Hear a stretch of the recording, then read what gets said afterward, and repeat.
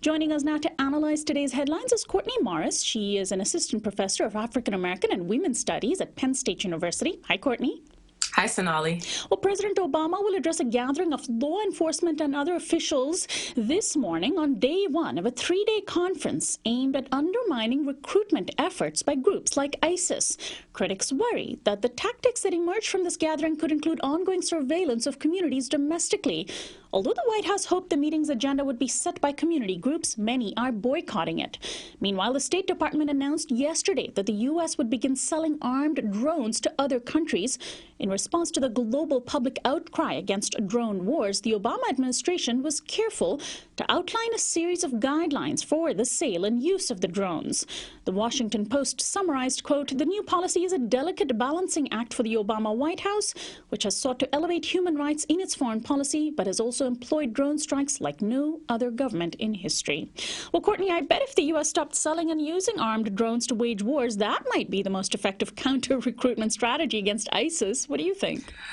Well, that's probably true, Sonali. I mean, this decision to expand the sale of armed drones to other countries is just it's bad. I mean, let's be clear. The United States is hardly in a position to advise other countries about the safe and responsible use of armed drones. We know from a report that was released by the Bureau of Investigative Journalism in the UK that as of January of last year, more than 2,400 people had been killed with drones. The vast majority of them civilians. Many of those civilians children, and those are just the deaths that we can confirm. The death toll is very likely, in fact, much higher. So drones are a bad idea. And the idea that we're going to be expanding the sale and accessibility of them when we really should be scaling back our own use of them is deeply troubling. But there's one group of people who will be very happy about the expanded sale of drones, and that's weapons makers.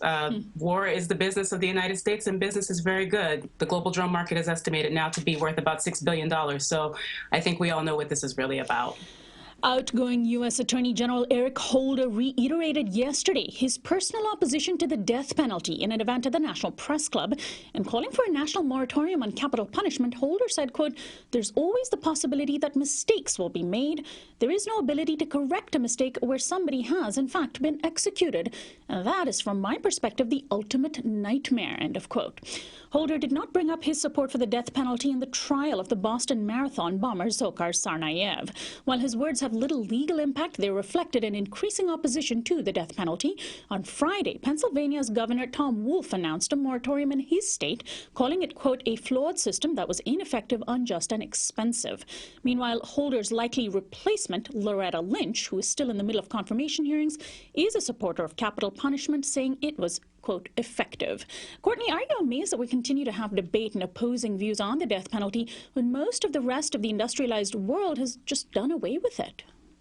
Well, I can't say that I'm particularly surprised by this, Sonali. I mean, I grew up most of my life on military bases in Texas and other parts of the South, and that's a part of the country where the death penalty remains hugely popular. There's a lot of popular support for it. But I think that Attorney General Holder is absolutely right on this issue. The death penalty does need to be abolished. It doesn't work as a deterrent for crime. It's expensive, and we know that mistakes are made and innocent people have been executed. And so it seems that he's really in step with a lot of where the country is moving, where the tide of public opinion does seem to be shifting on the question of the death penalty. Here in Pennsylvania, for example, our new governor has issued a moratorium on the death penalty until a commission that he has appointed can review the efficacy of that measure and whether we should continue to practice that here in the state. So even though there are places in the country where I think there's still a lot of support for the death penalty, there seems to be enough of a concern that it doesn't actually work as a strategy for deterring crime, and that there are too many mistakes that are made to make it